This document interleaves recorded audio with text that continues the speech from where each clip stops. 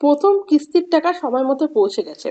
আগেই মুখ্যমন্ত্রী মমতা বন্দ্যোপাধ্যায় জানিয়েছিলেন যে মে মাসে দ্বিতীয় কিস্তির টাকা দেওয়া শুরু হবে। যেমন কথা তেমন কাজ। সূত্রের খবর, মঙ্গলবার থেকে এই প্রকল্পের দ্বিতীয় কিস্তির টাকা ছাড়া হচ্ছে।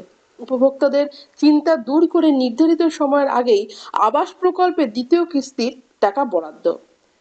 বহুদিন থেকে কেন্দ্রীয় বরাদ্দ বন্ধ করা দেওয়া হয়েছে। বহু কাঠখড় পুড়িয়েও জট না খোলায় নিজের কোষাগার থেকেই আবাসের বাড়ি বানিয়ে দিচ্ছে রাজ্য সরকার।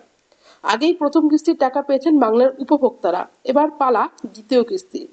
এই প্রকল্পের আওতায় থাকা প্রায় 12 লক্ষ উপভোক্তাকে দ্বিতীয় কিস্তির টাকা দেবে রাজ্য।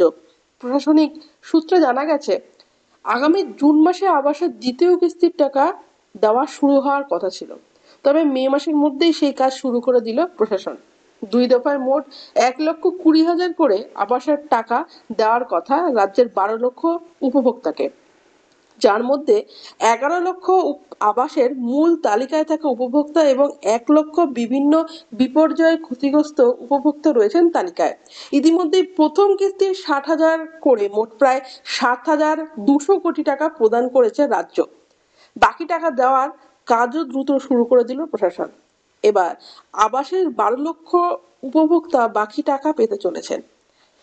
সূত্রের খবর, এর জন্য 7,200 কোটি টাকা বরাদ্দ করা হয়েছে অর্থ দপ্তর তরফে।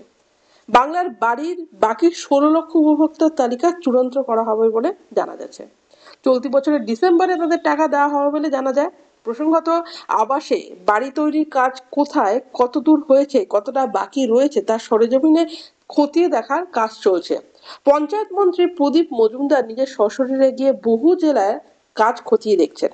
প্রসঙ্গত, গত লোকসভার নির্বাচনের প্রচারে তৃণমূল কংগ্রেসের সর্বভারতীয় সাধারণ সম্পাদক অভিষেক বন্দ্যোপাধ্যায় বলেছিলেন আগামী 31শে ডিসেম্বরের মধ্যে আবাস যোজনার প্রথম কিস্তির টাকা দেবে রাজ্য। ভোটে বিপুল জয়ের পর জনতাকে দেওয়া কথা মাথায় রেখে আবাসের টাকা দেওয়া শুরু করে রাজ্য।